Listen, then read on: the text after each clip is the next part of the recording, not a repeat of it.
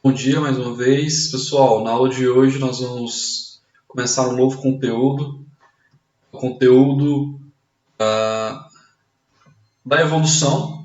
Mas antes de falar sobre evolução, vou falar um pouquinho sobre a origem da vida, que vocês devem ter visto lá no primeiro ano do ensino médio, tá?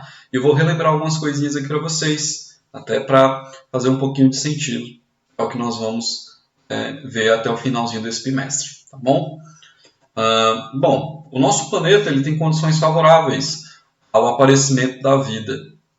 A posição que ele se encontra na nossa galáxia, a distância que ele tem com relação à Lua, as coisas que nós encontramos aqui, como água, a nossa atmosfera, tudo isso é bem favorável ao aparecimento da vida.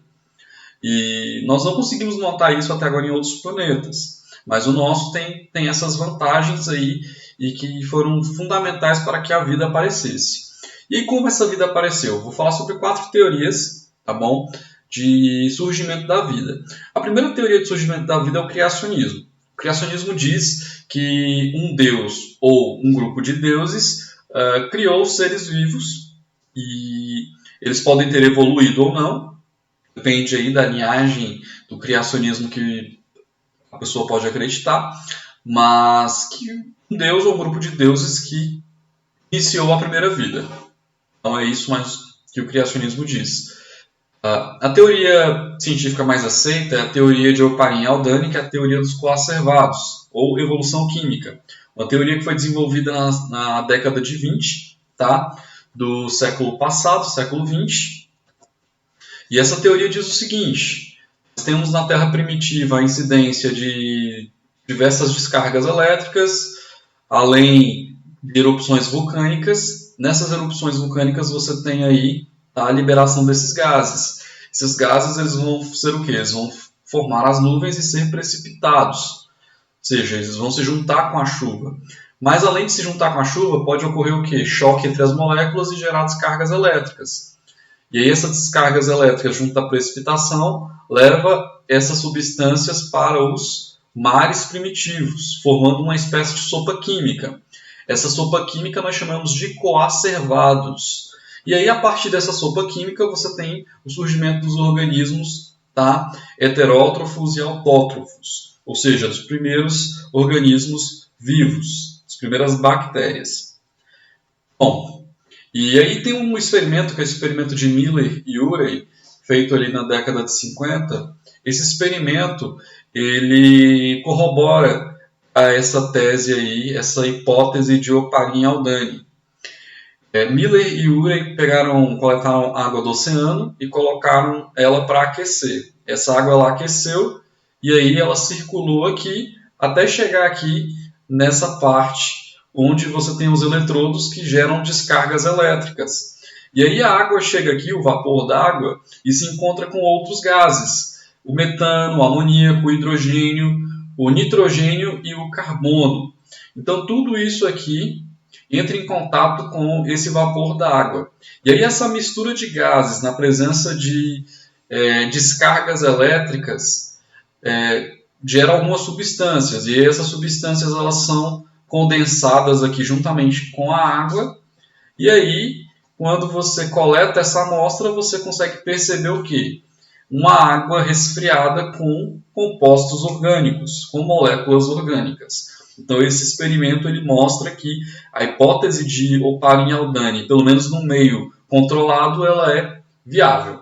Bom, nós também temos a teoria das fontes termais submarinas.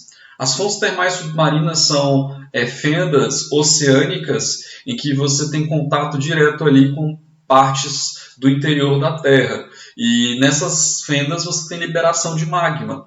E aí esse magma ele sai quente e com várias substâncias. E aí esse resfriamento dessas substâncias e o encontro delas com a água reage formando aí algumas substâncias orgânicas, perfeito? Então, essa também é uma teoria científica de origem da vida. E temos mais uma teoria, que é a teoria da panspermia. A teoria da panspermia diz que a vida não começou aqui na Terra. Na verdade, ela foi trazida até aqui.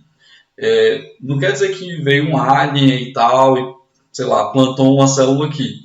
Não é bem isso, mas que por algum meteorito ou um corpo celeste, deve ter trazido uma bactéria ou algum composto orgânico, e aí esse composto orgânico, essa bactéria, passou a se difundir aqui no nosso planeta. Tá bom? Então essas são as 4 teorias de origem da vida.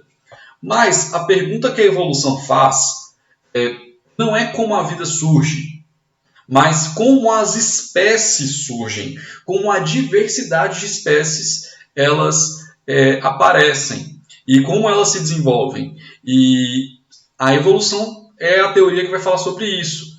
Só que quando a gente pensa em evolução, a gente pensa em uma coisa super recente, que no máximo aí tem 200 anos.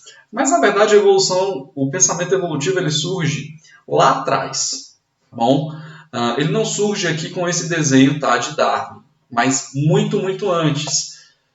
E essa informação a gente tem aqui nesse livro do Ernst Mayr, ou Mayr, não sei a pronúncia, mas é um livro que tem na editora da UNB, tá bom? Que é o crescimento do pensamento biológico, ou da evolução biológica, tá bom? E aí nós temos um relato de como era a evolução para Platão.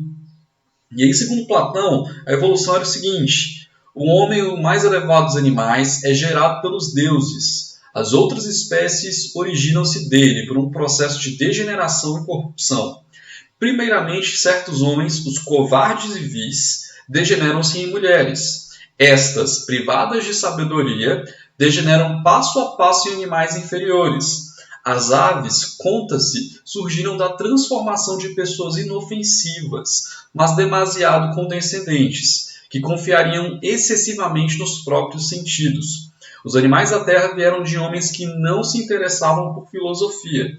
E os peixes, inclusive os moluscos, são a degeneração dos mais tolos, estúpidos e indignos de todos os homens. Então, para Platão aqui, embora ele tenha sido um pouco machista, bastante, mas para Platão aqui, a evolução é um processo de degeneração. As espécies elas surgem por um processo de degeneração.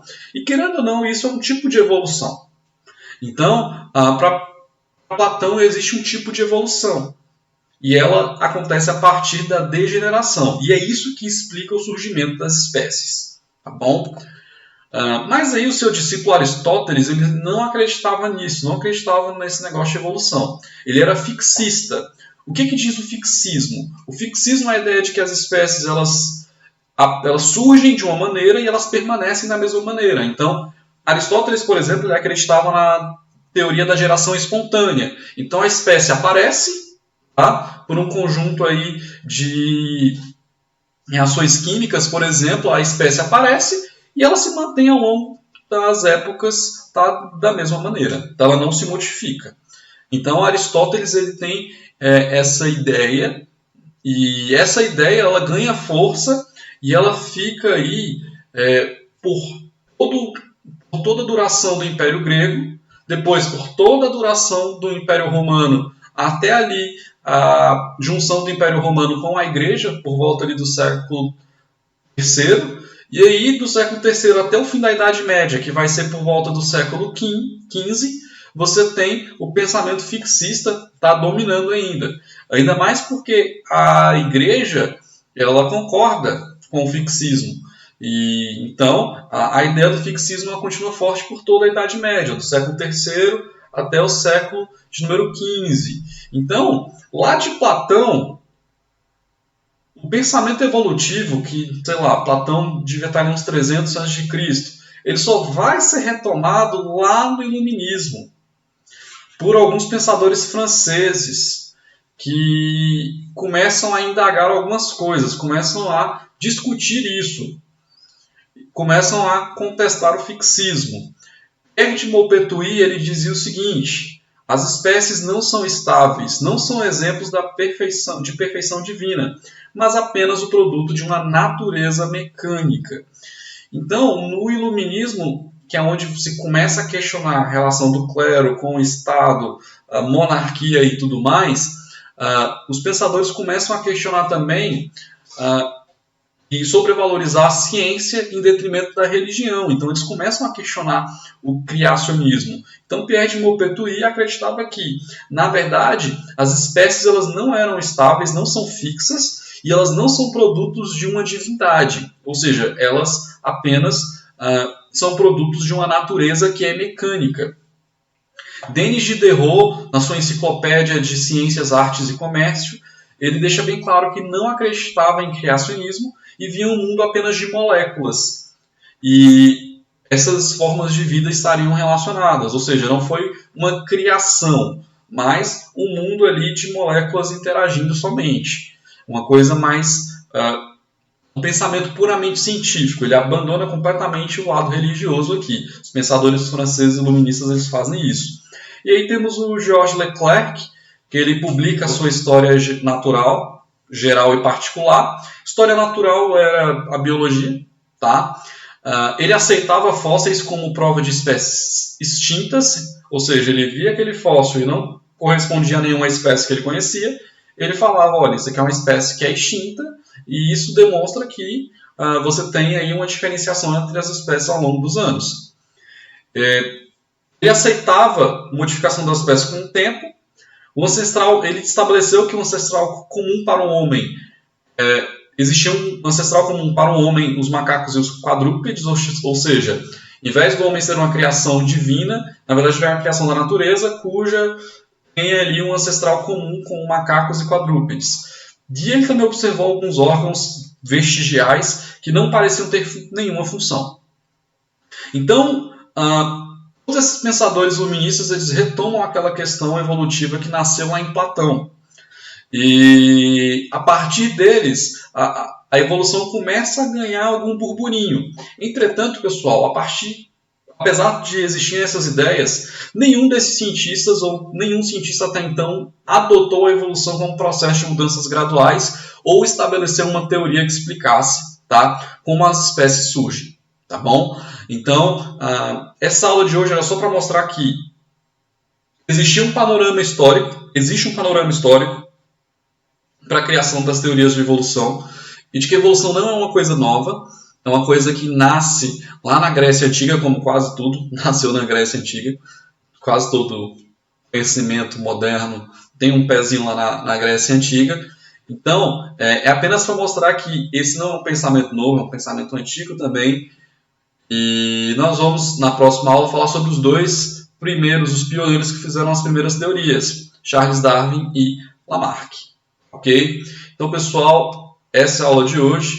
Tá? Até mais. Tchau, tchau.